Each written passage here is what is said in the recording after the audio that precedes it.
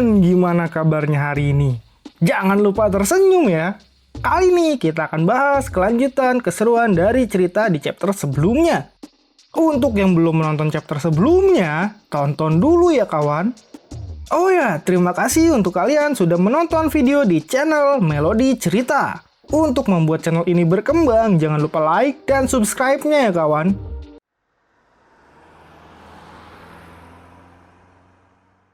Oke kawan, kita mulai perjalanan imajinasi cerita ini.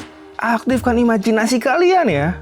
Pada chapter ini diceritakan pertempuran yang akan terjadi antara Raja Gila dengan Vimala Citra. Terlihat Raja Rahu pun telah berubah wujud menjadi menyeramkan. Semua aura bertarungnya keluar untuk menantang Raja Tangisan Vimala Citra.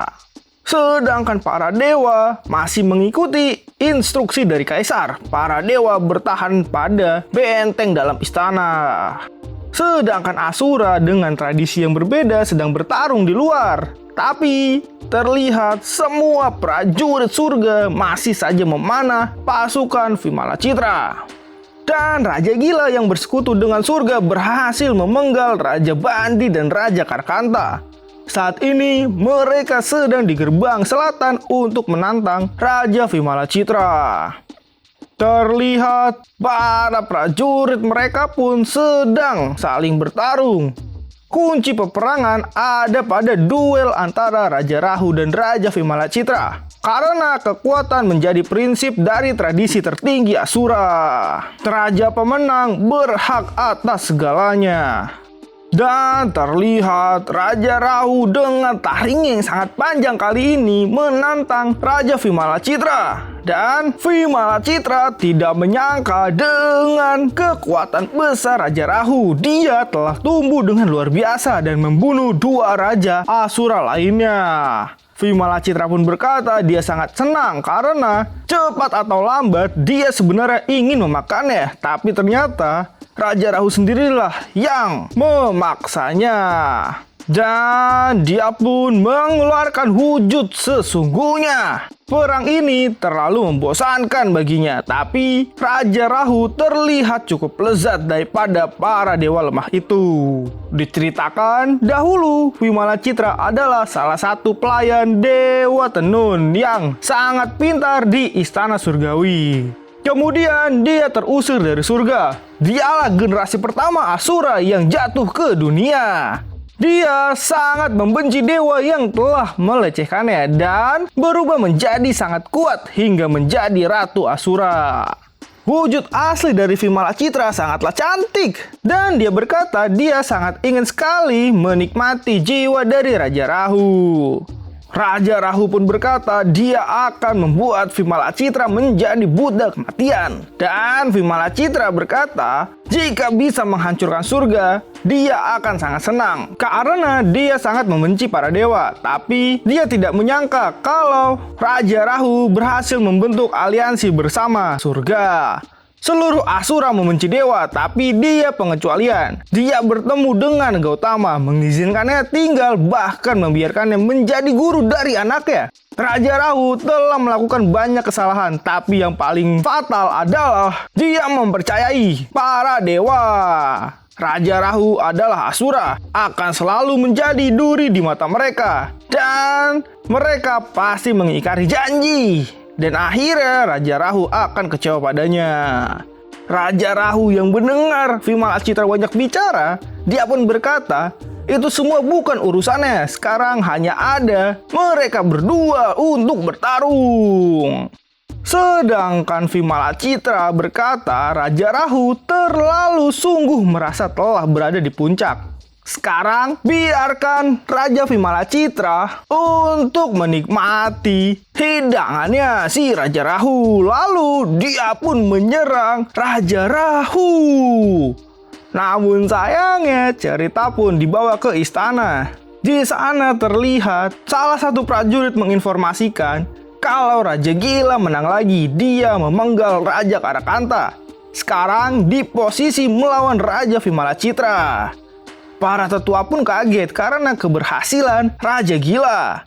kedua raja korban adalah musuh yang tangguh yang telah mengganggu surga bertahun-tahun, tapi kalah dengan mengejutkan dan mudah oleh Raja Gila. Itu sangat sulit dipercaya. Raja Timur pun berkata situasi Asura melawan mereka tentu berbeda. Rahu menang dengan cara satu persatu. Itu berbeda dengan peperangan besar dengan surga. Gautama pun setuju dan dia berkata ini seperti yang mereka harapkan tanpa ikut campur. Selama pertarungan terakhir berlangsung, situasi keseluruhan dapat ditentukan.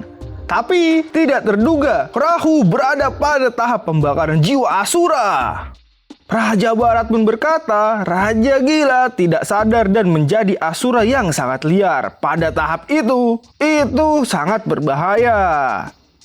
Sang Kaisar pun berkata pada Gautama, satu hal yang dikhawatirkan adalah perang berikutnya akan pecah antar aliansi mereka. Karena ketika Asura menembus batas kekuatan mereka, bahkan saat terluka parah, itu bisa membuatnya semakin kuat. Penderitaan adalah cara untuk membakar jiwa Asura. Dan saat ini, Raja Rahu mengalami pembakaran jiwa yang bahkan belum pernah terjadi sebelumnya. Dan dia ragu apakah surga bisa menahan Raja Rahu jika dia menyerang surga. Guanin berkata, kita lihat saja nanti setelah Raja Gila berhasil memenggal 3 raja lainnya. Dan menurut Raja Timur, itu di luar dari perkiraan mereka. Tapi siapa yang bisa menghentikannya? Dan cerita pun dibawa ke pertempuran antara Raja Gila melawan Vimalacitra. Di sana terlihat dia sedang menebas pedangnya ke arah Vimalacitra dengan bentuknya yang sudah berubah. Kali ini bentuknya sangat menyeramkan dengan taringnya yang panjang. Terlihat Vimalacitra pun tidak tinggal diam. Dia pun mengeluarkan ular-ular raksasanya dari kain untuk menyerang Raja Rahu. Raja Rahu pun berkata dengan pembakaran jiwanya kali ini dia akan membunuh Vimalacitra.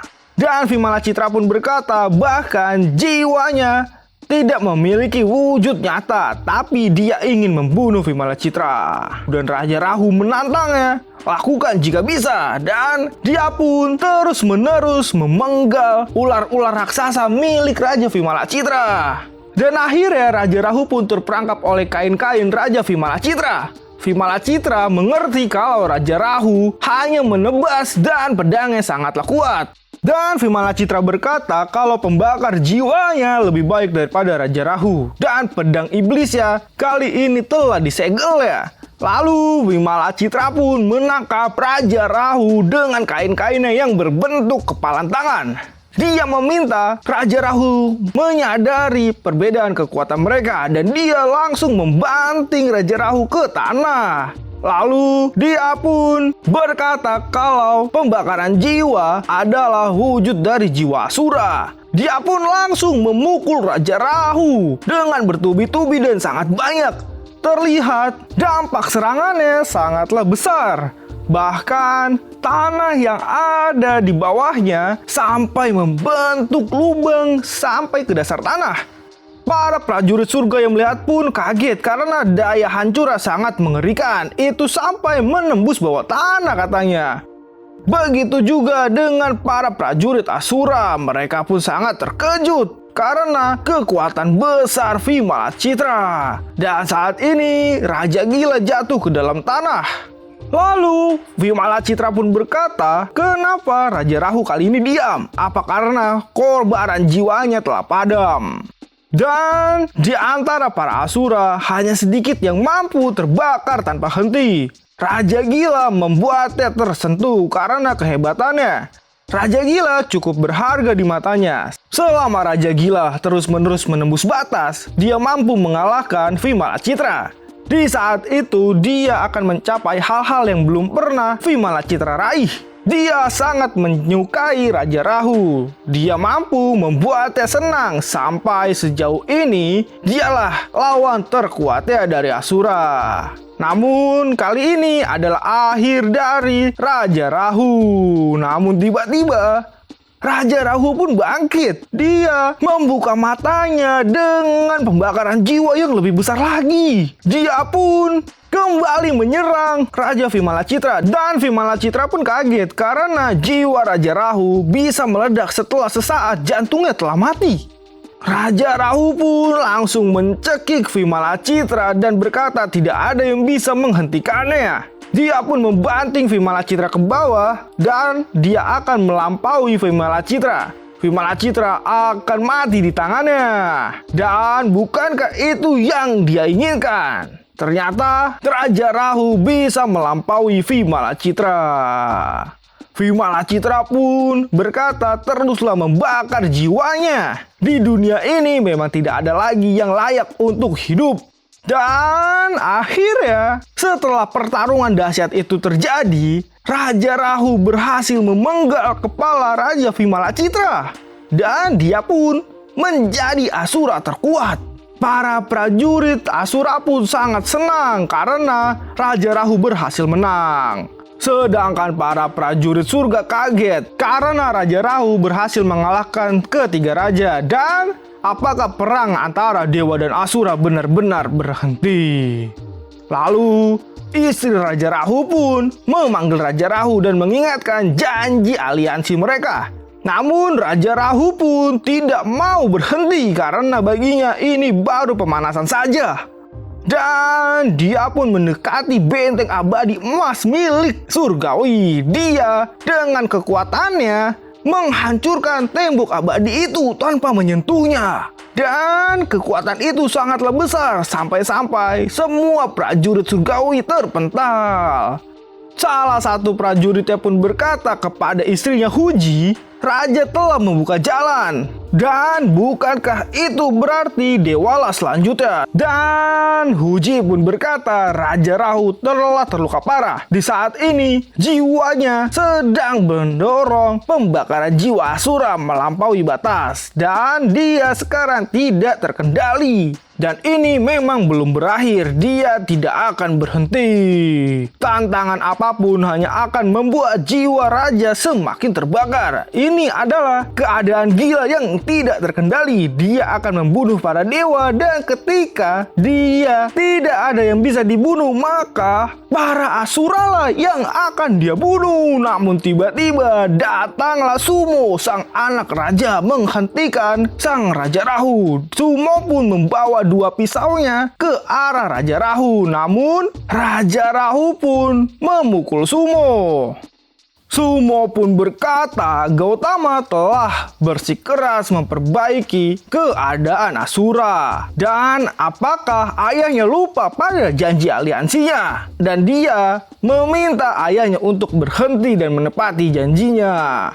Namun sang ayah meminta Sumo jangan menghalanginya karena dia tidak akan mengulangi perkataannya. Sumo pun berkata dengan beraninya di depan sang ayah kalau dia telah memasuki halaman dalam istana dengan kondisi tidak terkendali, maka Sumo akan menghentikannya di situ. Meski dengan cara Asura, yaitu bertarung hingga mati.